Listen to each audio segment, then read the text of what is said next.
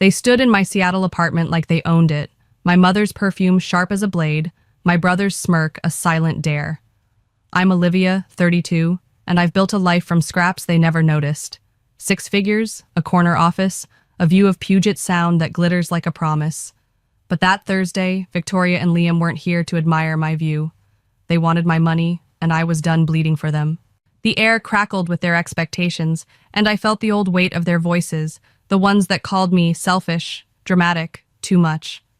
This time, I wouldn't bend. Victoria's heels clicked on my hardwood floor, her eyes scanning my furniture like she was pricing it. "You're being selfish, Olivia," she said, voice smooth as ice. "This is what family does." I'd heard those words before, when I was 13, handing over $200 in birthday cash so Liam could go to soccer camp. At 17, skipping prom to pay for my SAT tutor because they couldn't afford both. At 22, juggling 3 jobs through college while Liam, 36 now, burned through Dad's retirement on his 3rd failed business, still lounging rent-free in their Tacoma guest house. My arms were folded tightly. "No," I said, "I'm not giving you my money." Victoria blinked like I'd slapped her. Her lips thinned. "It's not your money. It's family money. We raised you." My pulse hammered, but my voice stayed steady. "You raised me to survive you, and I supported myself." She stood there, a stranger in my home, never once congratulating me on the job that got me here. $120,000 a year, full benefits. Liam leaned against my kitchen counter, smirking like he'd already won. "Look, Liv," he said, "it's not that deep. Just help out. My new startup's a sure thing." I met his eyes. "I'm not funding your 4th startup, Liam. You blew through Mom's emergency fund and Dad's 401k. I'm not next." His face twisted. "Wow, you think you're better than us now?" I didn't flinch. "No," I said softly. "I've always known I was." Victoria's eyes flashed. "We're your family. Without us, you'd be nothing." I opened the door, the Seattle drizzle hissing outside. "Then you'll be fine without me." She didn't move, her voice low. "You'll regret this. Blood is blood." I stared until she walked out, Liam trailing like a sulking child. The door clicked shut and I exhaled, thinking it was over. I was wrong. That Monday, 10 miles away at my office, the receptionist handed me an envelope, her face pale. "I'm sorry, Olivia. You have to sign." A man in a suit waited in the lobby, his smile smug. "Olivia, right? You've been served." My hand stayed steady until I read the first line in the break room, the fluorescent lights buzzing like wasps. "Petition for conservatorship based on mental incompetence." I sat down hard, the paper trembling. They weren't just after my money, they wanted to erase me. I grew up in a house where silence was currency, love a transaction. In Tacoma, 35 miles south, Liam could have set the kitchen on fire and been called creative. I got grounded for a B+ in math. Favoritism wasn't subtle. It was a birthday with no candles. My name skipped at the dinner table, Mom telling neighbors, "Liam's our little genius," while I stood there, scholarship in hand. I learned early to keep records. At 11, I recorded Mom screaming, "I stole her bracelet." Liam had pawned it for weed, but she never asked him. That file, backed up on 3 drives, was my armor. Back in my apartment, I opened my laptop, folders labeled by date, by pain, gaslighting, threats, manipulation. Voicemails played, Mom's voice cold. "Don't embarrass us, Olivia. Help Liam." Liam's laughter is in the background. My voice, small, then stronger. I wasn't crazy, just raised by people who needed me to think I was. My hands stopped shaking. They'd come for me, but I'd been ready for years. They trained me to survive, and now they'd face the woman I'd become. The Seattle skyline blinked through my window, a city that didn't care about my past but held my future.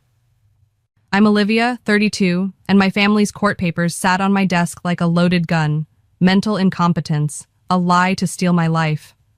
I'd survived their games before, but this was war, and I couldn't fight alone. My laptop glowed with evidence, years of their words weaponized against me. I needed allies, people who'd see the truth beneath their polished lies. The city hummed and I picked up my phone, heart racing, to call the one person who'd always had my back. Nico answered on the second ring, his voice sharp. "Liv, what's wrong?" I exhaled, the weight of the papers pressing my chest. "They're trying to put me under conservatorship, claiming I'm unfit." Silence then. What the actual hell? Nico, my college debate partner, knew the scars of my Tacoma childhood. Liam's tantrums, mom's ice, dad's absence. "I need help," I said. "Legal help. And I think I know who to ask." He didn't hesitate. "Send me everything. We'll bury them." I smiled, the first in days, and emailed him my archive. Texts, recordings, screenshots of Liam's 2 a.m. demands for cash. Next, I pulled out an old photo album from last Christmas, buried in my parents' attic under tax forms and Liam's baby teeth, 35 miles away. A 1993 picture showed Mom, younger, beside a woman with my eyes. The back read, "Yvette, don't tell Derek," in faded ink. Mom said Yvette was dead. Google said otherwise, a family lawyer in Bellevue, 15 miles east, with Mom's maiden name. I drove through the drizzle, clutching the photo like a talisman, and walked into Yvette McBride's office unannounced. The receptionist hesitated. "No appointment?" I swallowed. "It's about Victoria." Her eyes flickered. "Wait here." 10 minutes later, Yvette emerged, mid-60s, silver hair in a tight bun, suit sharp as her gaze. She stopped, eyes widening. "Olivia?" I nodded, handing her the photo. "This was in their attic. You're in it." Her jaw tightened as she stared. "I didn't think she kept this." I pulled the court papers from my bag. "They're claiming I'm mentally unfit to take my finances." Yvette scanned them, her face unreadable. "This is serious." I met her eyes. "That's why I'm here. You're the only one they erased like me."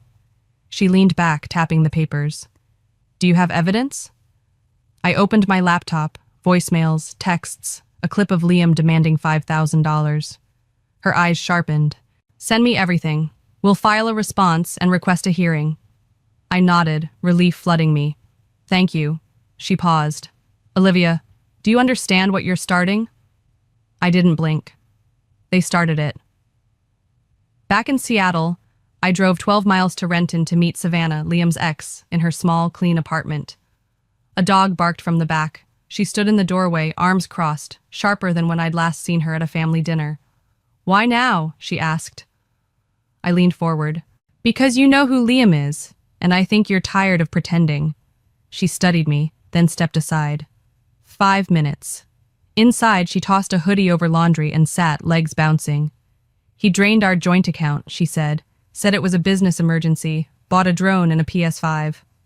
I nodded. "Sounds like him," she scoffed. "He said I was lucky to be with him, that my job didn't matter because he'd be a millionaire by 30. He's 36. I opened my audio app. "Can I record?" She hesitated, then nodded.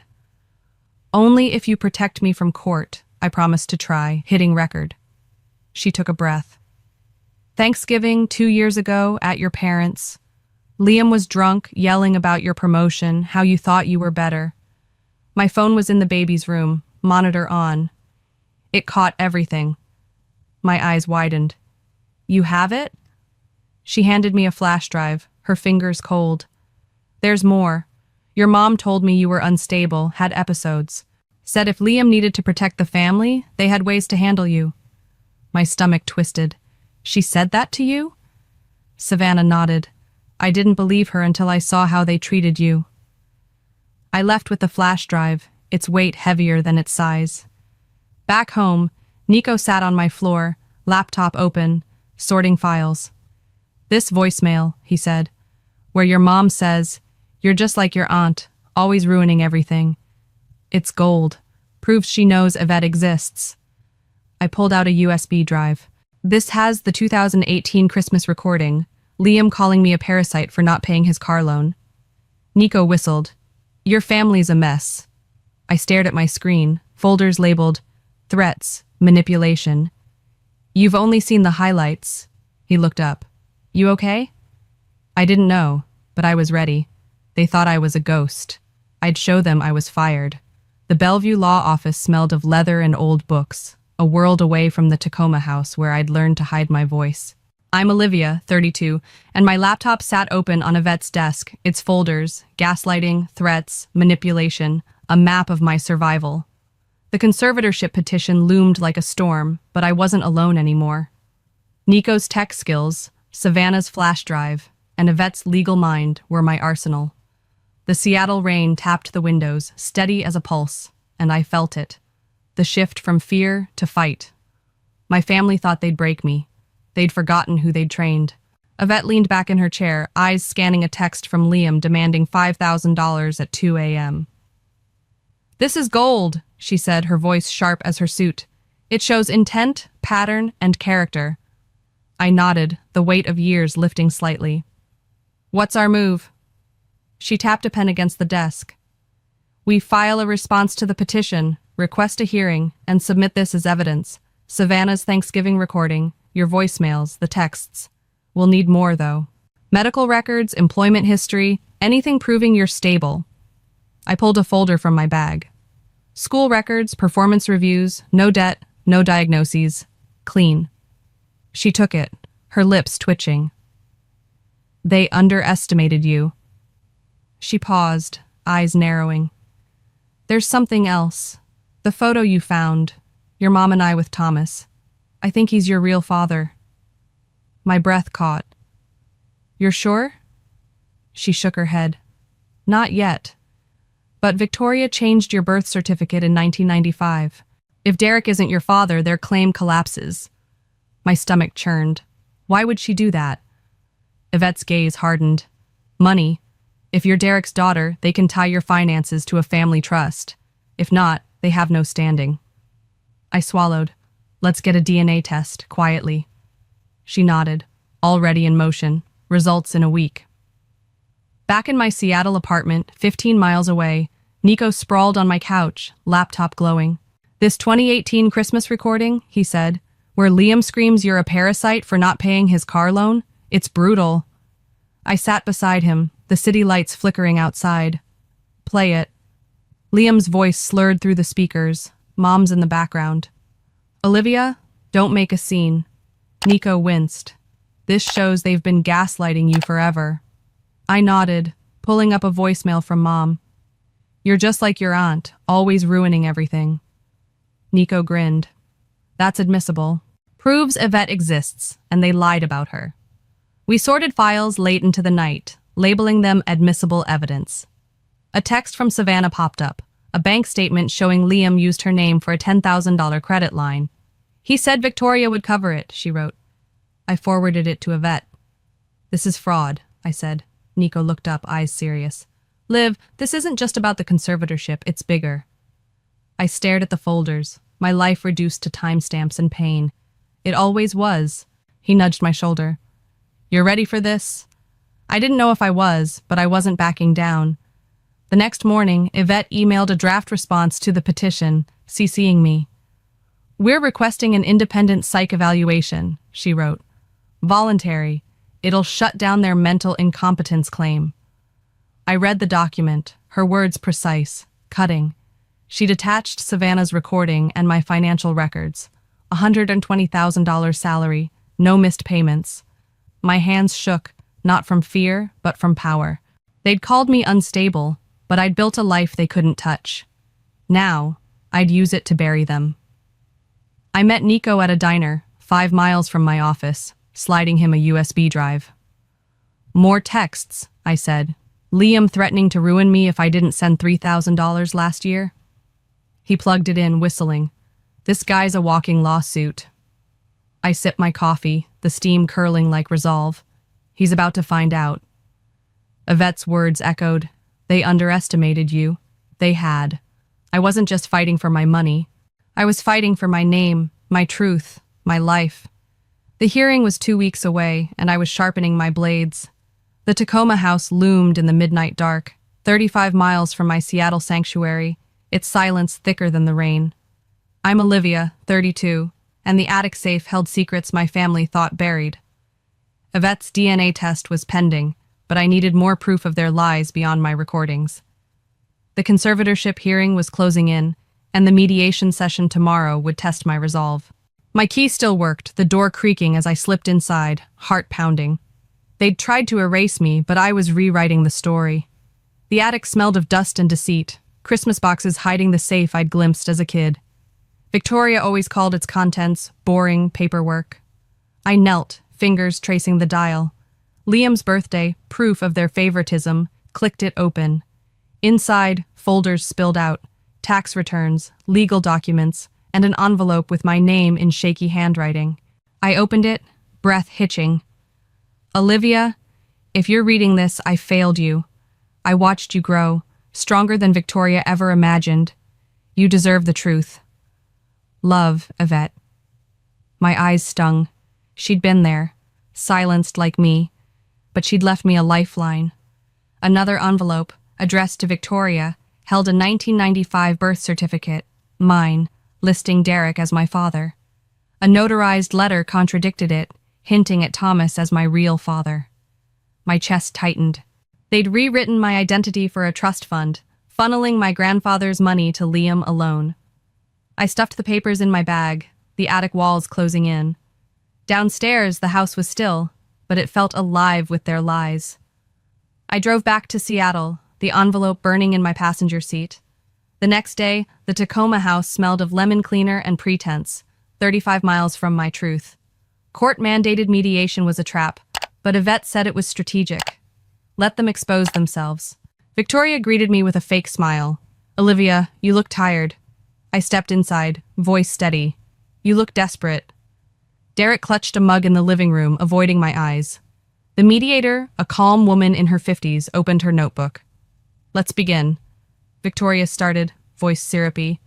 We love our daughter, but she's under stress, making irrational decisions. I snorted. Like not giving you my money? Victoria's smile faltered. Like accusing us of theft.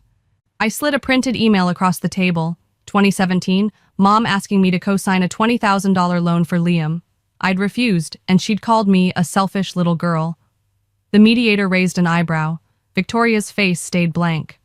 Out of context, I pulled another, a text from Liam. Send me $5,000 or I'll ruin you. Derek finally spoke, his voice weak. Olivia, you're blowing this out of proportion. I turned to him, the photo of Thomas in my bag like a grenade. Did you know I'm not your daughter? Silence swallowed the room. Victoria's face went white. Derek blinked. What? I pressed on. Mom had an affair with Thomas when I was conceived.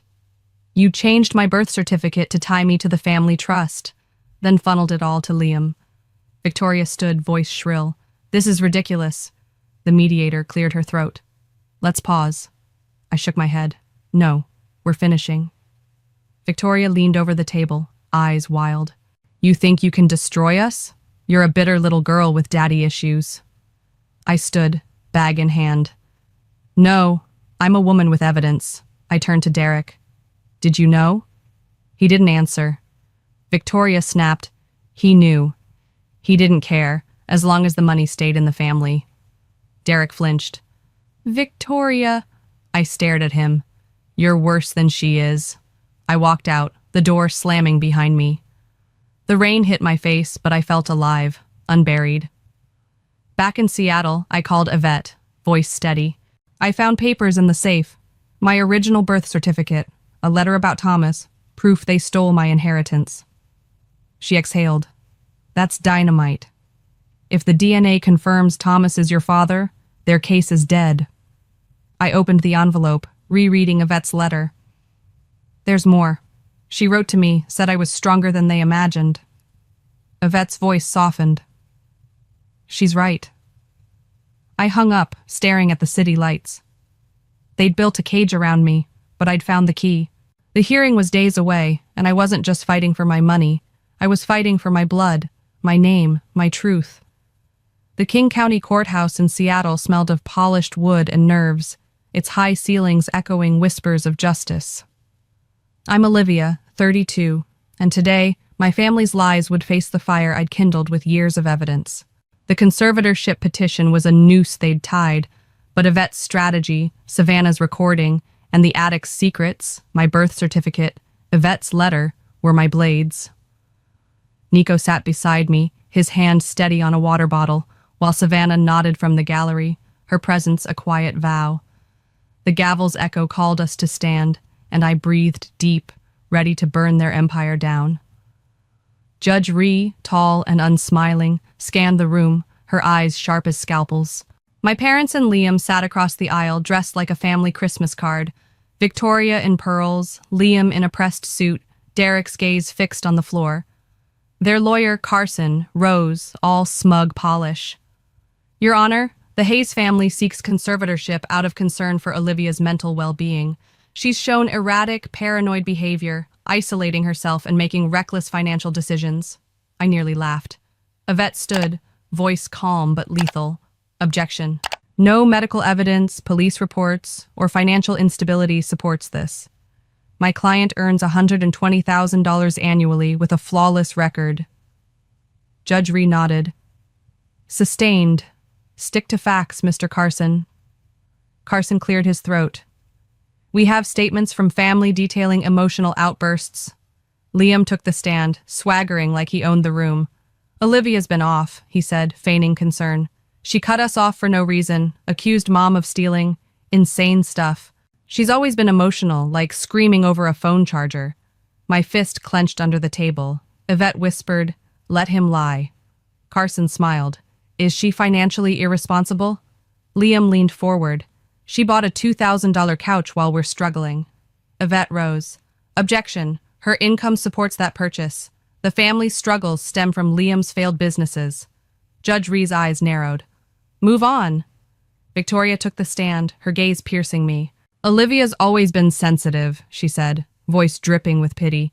We tried to help, but she pushes us away, thinks we're out to get her. Yvette stood, handing a flash drive to the bailiff. Exhibit A, Your Honor. The Thanksgiving recording played, Liam's voice slurring. She thinks she's better than me. That money should have been mine. I'll make her life hell. Victoria's voice followed. Don't provoke him, Olivia. The courtroom went silent. Judge Ree looked at Victoria. Is this your voice? Her jaw tightened. Out of context. Yvette smiled. We have the full 37 minutes, Your Honor. The judge waved it off. Enough for now. Savannah testified next, her voice steady despite her small frame. Liam used my name for a $10,000 credit line, she said. When I confronted him, Victoria said it was just paperwork, told me to stop being dramatic. Judge Ree leaned forward. Did Victoria know it was fraud? Savannah nodded. Yes. Gasps rippled through the gallery. Yvette submitted the audio as evidence of manipulation. Nico followed, laptop open. This transaction log, he said, shows Liam transferred $15,000 to a fake LLC. The account traces to Victoria's name. Judge Ree raised an eyebrow. You're alleging fraud? Nico nodded. Yes, Your Honor. The judge turned to me. Miss Olivia, would you like to speak? I stood, heart pounding, and walked to the stand, facing Victoria. For years, I thought I was crazy, too sensitive, too dramatic. But I wasn't. It was inconvenient. I didn't fit your family myth. I turned to Judge Ree. I've worked since 15, paid for college, never asked for a cent. When I built something, they wanted it. When I said no, they called me insane. Carson rose. Objection. Judge Ree cut him off. Sit down. Yvette approached the bench, a sealed envelope in hand. Your Honor, DNA results confirm Olivia is not Derek's daughter, invalidating the petitioner's legal standing. Victoria stood, chair screeching. This is slander! Yvette didn't flinch. This is science. You forged her birth certificate, funneled trust money to Liam, and lied to this court. Derek's voice broke through. You told me she was mine. Victoria snapped. You knew it didn't matter. Judge Ree opened the envelope, her eyes scanning. We'll reconvene in 3 days. I'm blocking petitioner's access to Olivia's accounts. The gavel banged.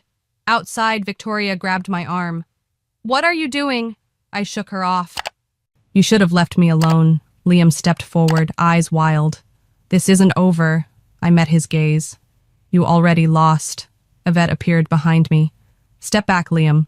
He retreated, and I walked away. the Seattle skyline sharp against the dusk. They'd tried to cage me, but I'd shattered the bars. The Seattle dusk painted my balcony in gold, a city that held my scars and my strength. I'm Olivia, 32, and the courtroom victory was mine. Conservatorship denied, my family's fraud exposed, their empire crumbling under the weight of truth. But justice wasn't clean. It left a hollow ache, the ghost of a family I'd never had.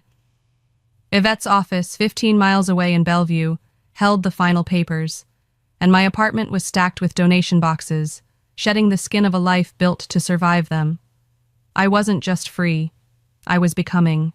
In Yvette's office, she poured 2 glasses of wine, the leather chairs creaking as we sat.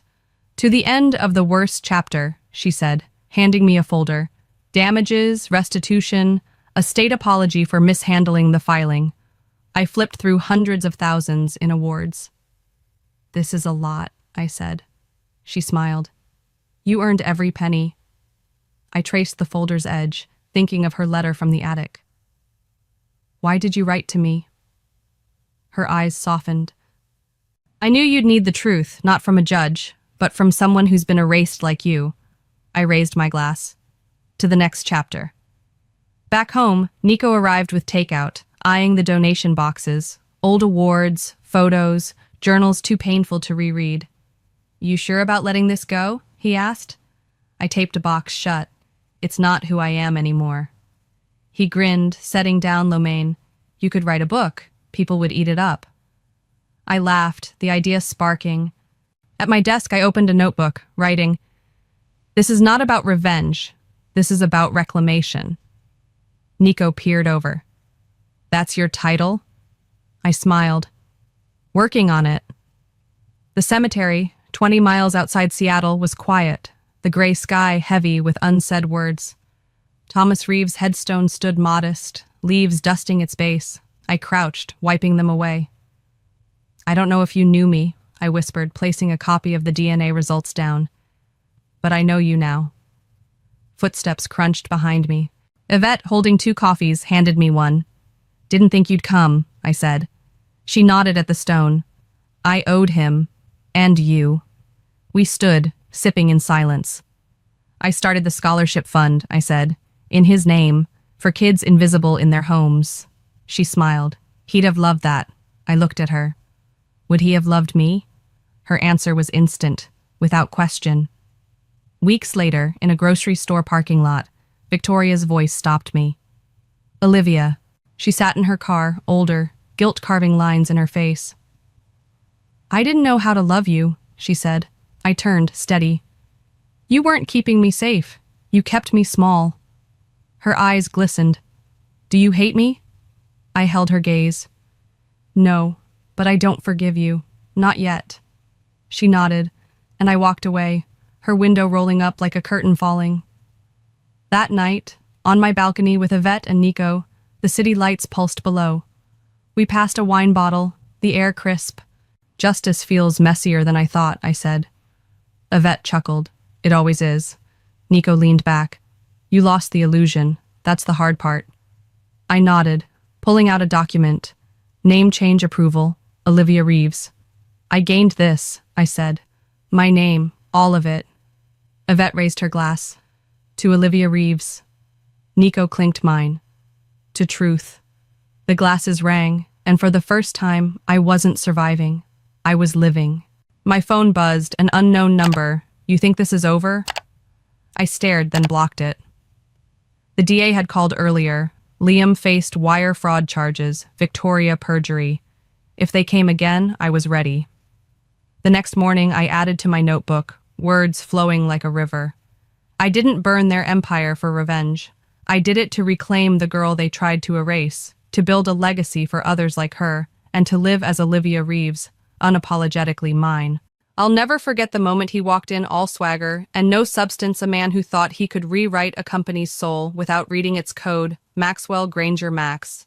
As he insisted, strode into Nexora Systems' Seattle headquarters, like he'd just bought the place, his Rolex catching the fluorescent light, his tailored suit screaming ambition. I watched from my corner of the open-plan office, arms crossed, coffee cooling in my mug. 7 years at this tech firm, and I'd seen egos come and go. But Max, he was a storm waiting to break, and I was the one he'd never see coming. I'm Penelope Harper, 32, Director of Systems Architecture at Nexora, or at least I was. That Monday morning, I'd built the backbone of this company, a back-end infrastructure so streamlined it saved us from a failed acquisition 5 years ago. It wasn't just code. It was a patented system, my name etched in the U.S. Patent Office a detail tucked into my employment contract like a hidden ace. I'd outlasted 2 CEOs, 3 restructurings, and a buyout that nearly gutted us. I knew the game: keep your head down, your work sharp, and your leverage quiet. But Max didn't know leverage. He didn't know me. He stood at the front of the conference room, all 6 feet of him, flashing a grin that never touched his eyes. "Call me Max," he said, voice smooth as a sales pitch. "I like things lean, fast, and efficient. We're doing great things starting now." The room clapped, a weak, obligatory sound like kids at a school assembly. I stayed silent, my pen tapping the edge of my notebook. He talked about vision and disruption, buzzwords that meant nothing without context. Nexora wasn't a startup. It was a machine, and I'd built its engine. But Max didn't care about engines. He cared about headlines. That first week was a masterclass in chaos. Max canceled our project review meetings I'd run for years to keep our systems airtight, and replaced them with vision strategy syncs that felt like TED Talks gone wrong. By Thursday, he'd fired 3 mid-level managers, 2 via email. Their desks cleared before lunch. Then he started tweaking our flagship software product. My product without a clue about its architecture. I'd designed it to be secure, scalable, a fortress of code that kept 82% of Nexora's operations humming. The previous CEO had called it my legacy, urging me to patent it. "Penelope," he'd said, "if you leave, we'll beg you to come back." Max hadn't read that memo. He hadn't read anything. By the second week, he called me tech lead instead of my actual title, a small jab that spoke volumes. In meetings, he'd cut me off mid-sentence, his eyes sliding past me to praise junior staff for ideas I'd pitched months ago. Classic power play: demean, discredit, dismiss. I kept my cool, my voice steady, but I started documenting everything, every decision, every email. Then came Friday morning. Max strolled into my office, leaning against the doorframe like he was auditioning for a corporate drama. "Penelope, can we talk?" he said, his tone clipped. I gestured to the chair across my desk. He didn't sit. "I'll be blunt," he said, as if honesty were a gift. "You've been here a long time, maybe too long. Things are changing, and we need people who move faster." I raised an eyebrow, letting the silence stretch. "Meaning," he continued, "I'm letting you go, effective immediately. Your position is redundant. HR has your severance paperwork." His words were so rehearsed, so smug, I almost laughed. Instead, I leaned back, studying him. He had no idea. No idea I held the patent that powered Nexora's core. No idea. One clause in my contract could stop his world cold, but I didn't say that. I smiled. Calm, deliberate. "Understood," I said, standing to offer my hand. He didn't take it, just nodded and turned away, tossing one last barb over his shoulder. "I'm not spending a dime on someone who peaked years ago." My smile didn't falter. "Good luck, Max," I said, my voice steady. He paused, thrown by my calm, then left. I packed slowly a plant I'd kept alive for years, a USB with team photos, a notebook filled with system diagrams. As I walked through the office, heads turned, some averted, others offering sympathetic nods. No one spoke. Fear spreads quietly in places like this. By the time I reached my car, my hands trembled. Not from sadness, but from adrenaline. I wasn't angry yet. I was curious. How long until they realized what they'd done? I knew the answer. Monday. The weekend after Max fired me felt like the calm before a Seattle storm heavy with the promise of chaos. I didn't tell anyone, not my brother who'd say I worked too hard, not my best friend who'd arrive with Pinot Noir and a vendetta, not my ex who once called me married to my code. I needed silent space to think. Friday night, I walked through Pike Place Market, past shuttered stalls and dim streetlights, the Puget Sound's chill numbing the sting of betrayal. I wasn't mourning my job at Nexora. I was mourning the insult, the arrogance of a man who'd never written a line of code, dismissing 7 years of my sweat as redundant. By Saturday morning, My mind was clear sharp as the Seattle skyline against a rare blue sky. I pulled my employment contract from a locked drawer in my apartment, its pages worn but precise. There it was in black and white, the patent for Nexora's back-end system registered under my name, Penelope Harper, US 9347901B. A licensing agreement allowed Nexora to use it, but only with my explicit consent for renewals, updates, or scaling. That agreement expired at midnight Sunday, a detail Max hadn't bothered to check. I let out a small laugh, not from amusement, but from the sheer poetry of it. The system running 82% of Nexora's operations, scheduling CRM APIs, client portals, was mine, and they'd just fired the key holder. I spent the afternoon drafting an email, every word measured, no trace of the adrenaline pulsing through me. From my personal Gmail, I wrote to Nexora's legal department subject line, Notice of Intellectual Property Usage Expiration, immediate attention required. I outlined the facts, the patent, the licensing terms, and the expiration at midnight Sunday. Without renegotiation directly with me, continued use would breach IP law, triggering legal consequences. I kept it professional, no drama signing it. Penelope Harper, inventor, Nexora backend architecture, V23 patent US 9347901B. I CC'd the general counsel, the old CTO, and yes, Max. Then I hit send, closed my laptop, and felt the weight shift. This wasn't revenge, it was leverage I needed to move to burn off the tension coiling in my chest. I laced up my running shoes and hit the streets, a 4-mile loop through Seattle's foggy Capitol Hill, dodging early tourists and street vendors. The rhythm of my steps matched my thoughts, precise, deliberate, unstoppable. With every stride I shed the sting of Max's words, which peaked years ago, and felt my focus sharpen. I wasn't just a fired employee, I was the architect of Nexora's survival, and they were about to learn what that meant. As I slowed near my apartment, sweat mingling with the mist, I glanced at my phone. No replies yet, good, let them sleep on it. Sunday passed quietly, my phone silent until the afternoon. Then it lit up 2 missed calls from an unknown number, a voicemail from HR asking to clarify my separation, another from legal requesting a call. Late that night, an email from Max landed, subject, urgent contract misunderstanding. His words dripped with forced calm. Penelope, I believe there's been a miscommunication. Let's resolve this before Monday. I didn't respond. Let them walk into work tomorrow and find their systems dark. Their clients locked out, their world unraveling. I didn't want chaos for chaos's sake. I wanted respect, and if it came wrapped in panic, so be it. By Sunday night, I was ready. I sat on my couch, a cup of coffee cooling beside me. My laptop open to the patent documents. I reviewed every clause, every date, ensuring my position was ironclad. The city hummed outside my window, oblivious to the storm I'd set in motion. I wasn't angry anymore. I was focused, a programmer debugging a system, except this time the bug was Max. Tomorrow, Nexora will see what happened when you erase the person who built your foundation. I closed my eyes, the Puget Sound's distant rhythm in my ears, and waited for Monday. Monday morning broke over Seattle like a glitch in the Matrix, the city's gray skyline mirroring the chaos I knew was unfolding at Nexora Systems. I'd spent Sunday night imagining their servers, stuttering client dashboards, blank Max's smug grin unraveling. My email to legal had been a fuse, and today it ignited. I sat in my apartment, sipping black coffee, watching the clock tick toward 8 a.m., the official start of Nexora's workday. By 8:07, my inbox erupted. System error alerts, urgent please. Max's name in all caps. I leaned back, pulse steady, and let the storm rage. This wasn't sabotage. It was a consequence, and I was its architect. The first email came from IT backend, authentication failed, urgent. Then another from a product manager, clients can't access dashboards. Penelope, please call. Max's was the third, a single line, Emma, please call me now.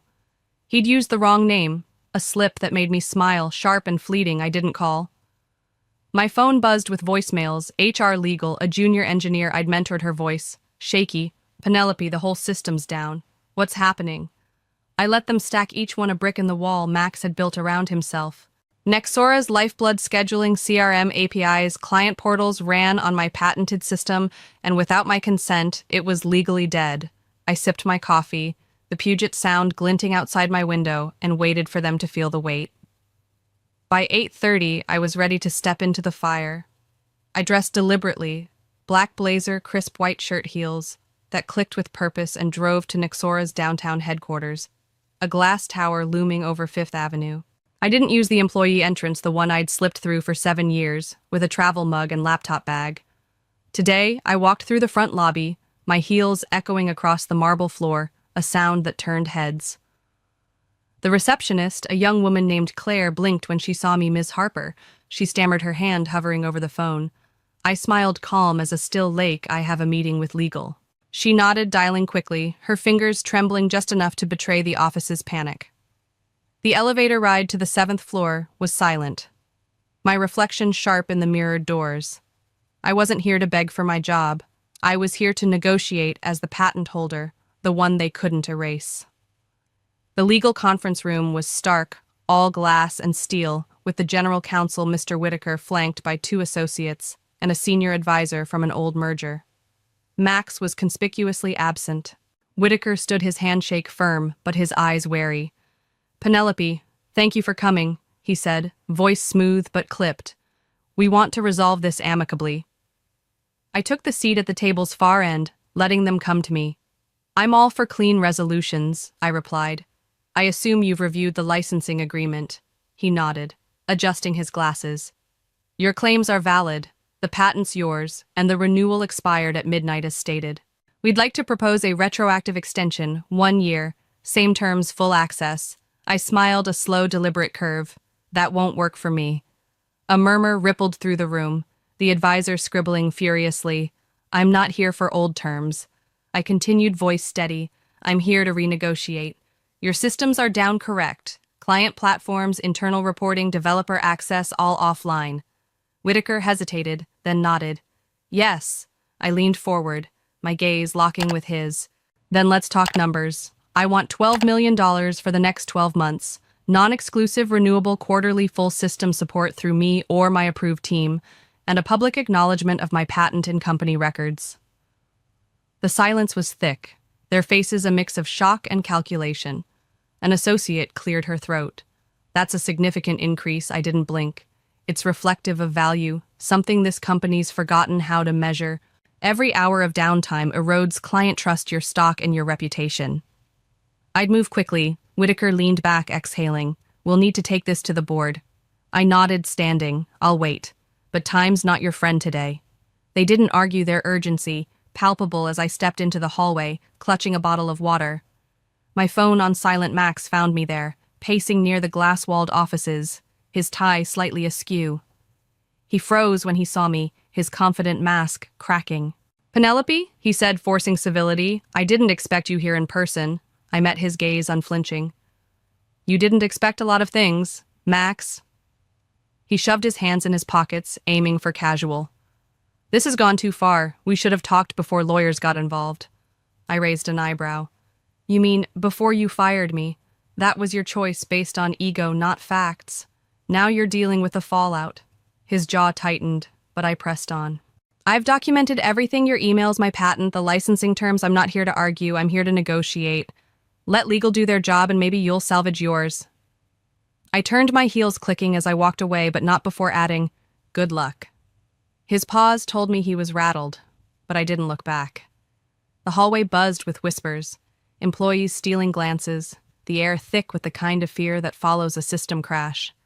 I stood by the elevator, my heart thudding not with doubt, but with focus. I'd lit the match and Nexora was burning, but I wasn't done. This was just the beginning, and I was ready for the next move. The hallway outside Nexora's legal conference room hummed with the kind of nervous energy that follows a blackout, the air thick with whispered theories and sidelong glances. I stood by the elevator, my water bottle cool against my palm, replaying Max's faltering expression as I'd left him grasping for control. My demand, $12 million quarterly renewals, public acknowledgement had landed like a shockwave, and now the board was scrambling. Seattle's skyline loomed through the glass walls, a reminder of the stakes beyond this tower. I wasn't just fighting for my patent. I was rewriting the rules of respect, and I could feel the tide turning. Back in my car, parked a block from Nexora's headquarters, I checked my phone. No new emails, but a text from Nicole, my old friend in Product Max is losing it.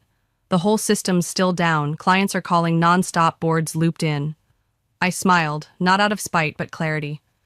The system crash wasn't my doing, it was Max's ignorance, and every unanswered client call was his signature. I drove home the Puget Sound, a silver ribbon in the distance, and planned my next move. Legal could haggle, but the board held the real power, and I knew how to reach them. I'd kept the board chair's email from a cloud migration project 3 years ago, a quiet connection most had forgotten. It was time to use it. That afternoon, I sat at my kitchen table, the Seattle rain tapping my window, and composed an email to the chair. Margaret Ellison, subject, Re-System, Licensing and Leadership Oversight. My tone was surgical, no trace of the adrenaline thrumming in my veins. I outlined the patent's scope. 82% of Nexora's operations, from APIs to client dashboards, and the licensing expiration Max had ignored. I detailed my termination, his failure to review IP obligations, and his attempt to spin the crisis as a miscommunication.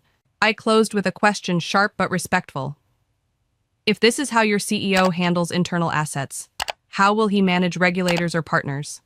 I attached my original licensing notice, the patent filing, and Max's dismissal email, a paper trail no one could dispute. I hit send, my breath steady, knowing this would shift the game. By evening, my phone pinged with a reply, not from Margaret, but a senior board liaison, Thomas Reed, Penelope. Thank you for your clarity and professionalism. We take this seriously and are reviewing your documentation. We support your licensing terms and expect finalization within 48 hours. We regret the oversight of your contributions. I read it twice, the words sinking in. Not an apology, but a crack in Nexora's armor, a sign the board saw Max's failure for what it was. I leaned back, the rain's rhythm syncing with my pulse. This wasn't just about money or credit. It was about accountability, and I was closer than ever. Tuesday morning brought a new buzz. Nicole texted again. Interns are calling you. The firewall Max is telling the board you hid the license expiration. Total lie, your memos are everywhere.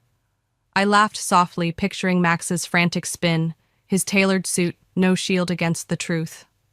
My email, CC'd to legal, before the deadline, was a public record within Nexora's servers, a fact even the interns knew. The office Slack channels, Nicole said, were ablaze with memes comparing the shutdown to a digital Watergate. I didn't reply, but the news fueled me. Max's lies were crumbling and the board was watching. At 10 a.m. my phone rang, Margaret Ellison herself. Her voice was measured, professional, but laced with urgency. Penelope, we'd like you to join a closed board session tomorrow at 11. Your insight is critical. I paused, letting the weight of her words settle. 2 days ago I was redundant. Now I was critical. I'll be there, I said, my tone even. As I hung up, I felt the shift like code compiling without errors. The board wasn't just addressing my patent. They were questioning Max's leadership, and I was the key to their verdict. I spent the rest of the day preparing, not just for the meeting, but for the moment I'd walk back into Nexora, not as an employee, but as a force. I reviewed my notes, the patent's legal weight, and the system's impact, $300 million in annual revenue tied to my architecture. I practiced my delivery, keeping it calm, factual, and undeniable. Outside, Seattle's clouds parted briefly, sunlight glinting off the Space Needle. I stood at my window, heart steady, mind sharp. Max had underestimated me, but the board wouldn't. Tomorrow I'd step into their room and show them what real authority looked like. Not bluster, but proof etched in code and contract. As night fell, I sat on my couch, a glass of water in hand, the city's hum a distant pulse. The board session loomed, a chance to turn crisis into reckoning. I wasn't nervous. I was ready, my leverage as solid as the system I'd built. Max could spin his stories, but I had the truth, and it was louder than his lies. Wednesday morning dawned crisp in Seattle, the kind of day when the air feels charged like a circuit about to spark. I stood in my apartment, staring at my reflection in the mirror. Black dress-tailored blazer hair pulled back tight. The board's invitation to their closed session at 11 a.m. wasn't just a meeting, it was a crucible, and I was ready to forge something new. Max's lies were fraying my email to the chair had shifted the ground, and Nexora's systems were still dark. As I drove to the headquarters, the Space Needle piercing the skyline, I felt no fear. Only focus. Today I'd show them what 7 years of building their foundation meant. I arrived at Nexora's tower at 10:55, bypassing the employee entrance again for the main lobby, my heels striking the marble with a rhythm that felt like a countdown. The receptionist Claire gave me a quick nod, her eyes wide with something like awe. "Top floor, Ms. Harper," she said, her voice hushed. The elevator hummed as it climbed to the executive boardroom, a space I'd entered only once before, years ago, to pitch a system upgrade. Back then I'd been a shadow in the corner. Today I stepped out with purpose, my folder of notes in hand, and walked straight to the chair reserved for me. No hesitation, the boardroom was all mahogany and glass. Seattle's skyline framing the 10 members seated around the table, Margaret Ellison. The chair nodded as I entered, her expression unreadable. Max sat opposite, arms crossed, his phone, face down like a surrendered weapon. His tie was flawless, but his eyes betrayed him. Worry, not confidence. Margaret opened with formalities, her voice steady. "Penelope, thank you for joining. We've reviewed your documentation and terms. We'd like your perspective before we deliberate." I stood unfolding my notes, but not reading them, and met each board member's gaze, my voice clear as cut glass. "Leadership isn't about flash," I began. "It's about understanding the systems, technical and human, that keep a company alive." When Max arrived, he had a choice: learn or lead blindly. He chose blindness. Max shifted his jaw tight, but I pressed on. He fired me without a performance review, called my work outdated, and ignored the patent that powers your revenue. He only acted when clients couldn't log in when your stock wobbled. That's not leadership, it's damage control. I paused, letting the silence settle. I built a system to protect Nexora, but no code can shield you from a leader who doesn't value the people behind it. If your CEO can't see that, you're not just legally exposed, you're structurally flawed. The room stilled, a board member's pen, frozen mid-note. Margaret leaned forward. "If you were in Max's seat, what would you do?" I smiled faintly. Unshaken. I wouldn't be in his seat. I'd be beside someone who knows products, respects culture, and reads contracts. I'd build trust, not titles, and I'd never let ego blind me to the people who keep this company standing. A murmur rippled approval in some eyes, tension in others. Margaret cleared her throat. "Thank you, Penelope. Please wait outside." I nodded, leaving my notes on the table, and stepped into the hallway, the door clicking shut behind me. 10 minutes later, raised voices leaked through the wall, Max's sharp and defensive blaming, legal the CTO, even the weather for his oversight. I stood by a window, Seattle's ferries dotting the sound, and felt a calm certainty. His deflections were a dying signal, drowned out by my evidence.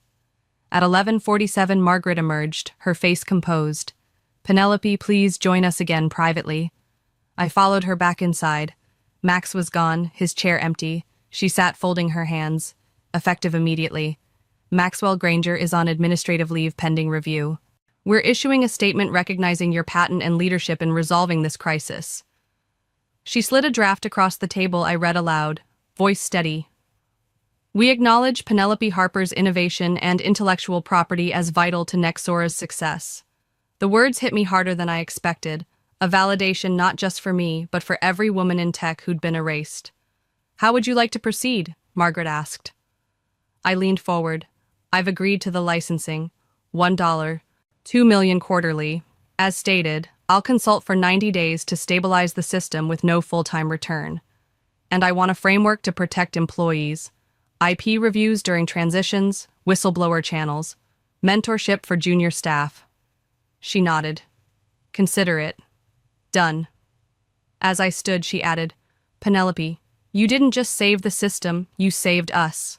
I walked out, the weight of days lifting, not gone but lighter, like a program finally debugged. In the hallway, Nicole waited, her grin wide. "He's suspended," she whispered. I nodded. "For now, it's a start." She laughed, eyes bright. "You're a legend, Pen." I smiled, glancing at the office beyond, where employees moved with a new energy, fear, giving way to possibility. The boardroom had been my stage, but this, the shift in the air, the truth laid bare, was my victory. I wasn't done yet. I'd consult, I'd protect, and I'd make sure no one else was dismissed, like I'd been. As I stepped into the elevator, Seattle's skyline gleaming, I knew this wasn't the end. It was a reckoning, and I was its author. The air in Nexora's Seattle headquarters felt different by Friday, like a server room after a reboot. quiet but alive with new signals. At 2:03 p.m., the internal announcement went live, a digital thunderclap. Max Granger suspended pending investigation. Penelope Harper, architect of the core system, formally recognized. I stood outside the building watching employees stream out their cautious smiles and quick nods. A silent chorus of change. I didn't crave their applause. I craved the shift, a culture where competence couldn't be erased by ego. As I drove home, the Puget Sound shimmering under a rare sun, I felt the pieces of my fight settling not into closure, but into purpose.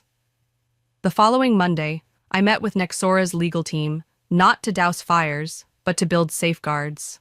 I proposed a framework, mandatory IP audits during leadership changes, anonymous reporting channels tied to the board, and a mentorship program to empower junior engineers to claim their work.